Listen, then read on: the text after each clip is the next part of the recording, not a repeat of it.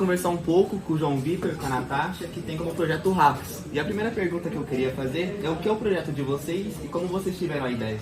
Então, o nosso projeto, ele é um regador, né? RAPS vem de regador automático portátil com sensor de umidade. E ele é um regador automático que ele tem um sensor de umidade que sente quando a terra está seca.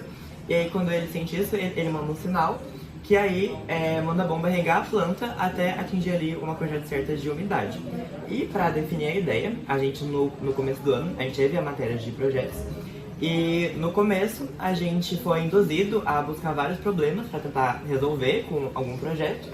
E fazendo algumas pesquisas a gente chegou nesse projeto, né? A gente chegou no problema das plantas e aí a gente conseguiu chegar nesse projeto, né? Definir essa ideia. Ah, legal, então o nome é uma sigla. E você falou da bomba d'água, como que funciona? Como vocês definiram o nível de umidade que vai soltar a água? O nível de umidade a gente definiu com base em algumas pesquisas, pois cada planta ela precisa normalmente de uma certa quantidade de água. Então a gente fez uma média que seria necessário para ter no vaso, além de que também se adequasse para a nossa apresentação e para o nosso projeto na amostragem prática dele. Então, o nosso nível de água está pela metade, está 50%. Porém, dependendo do ajuste que a pessoa que adquirir quer, essa porcentagem ela pode ser aumentada. Então, para 70%, por exemplo. E aí, ele vai aumentar só quando estiver abaixo. Vai ligar só quando estiver abaixo dessa porcentagem. Ah, entendi, que legal. E ele pode ser controlado remotamente por Wi-Fi ou Bluetooth? Pode sim, eu posso mostrar para você. Ele é controlado pelo Blink, que foi um dos sites que a gente utilizou para fazer. Então ele pode ser controlado tanto pelos botões, que são 4 botões manuais. Cada botão é um modo e pode ser controlado pelo celular, que é a mesma logística, só que são os modos virtuais. Ah, que legal.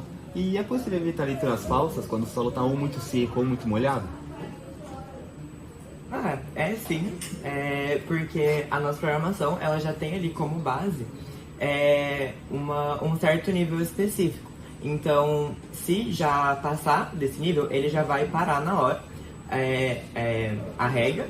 E também, se ele detectar que está abaixo, ele vai começar essa regra. E também os modos, eles não são necessariamente de quando vai regar ou não, e sim de quando o sensor vai fazer a leitura do solo.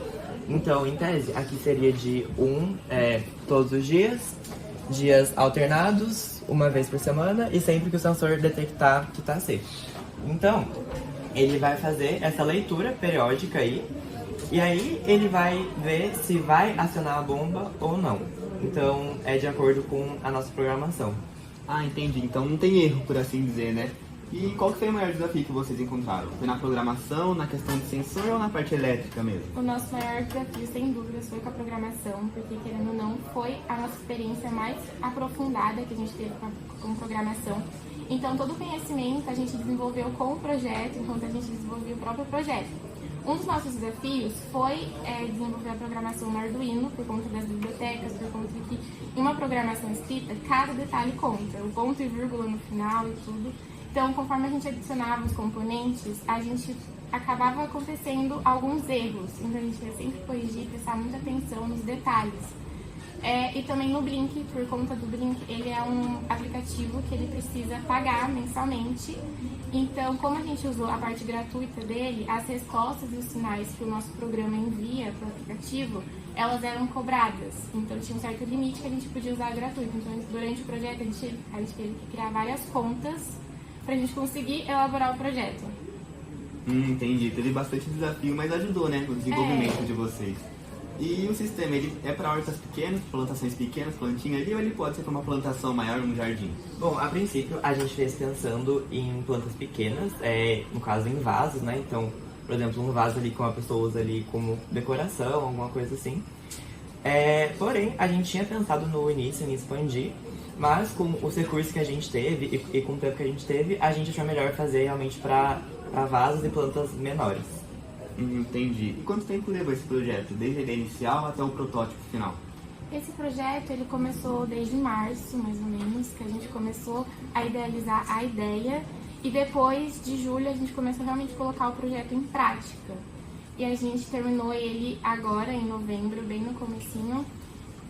Então levou um tempo, porque a gente sempre fez passo a passo, a gente nunca montou ele de uma vez, então a gente sempre testava componente por componente, sem deixar passar qualquer erro que pudesse atrapalhar a gente na reta final.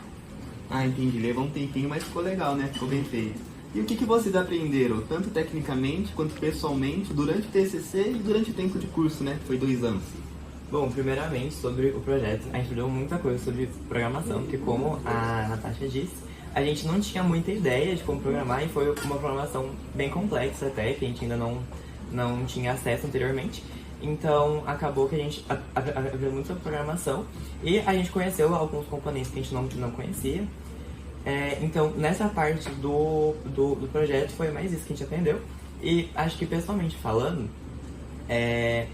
foi mais a questão de resiliência, porque, igual ela falou, a gente passou por muitos desafios que a gente não sabia como enfrentar.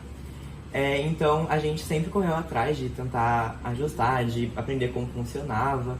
Então, acho que foi muito essa parte de não desistir fácil. Então, a gente teve muitos desafios e que a gente tentou resolver eles mesmo sem saber como. Então, a gente foi atrás, procurou e conseguiu resolver.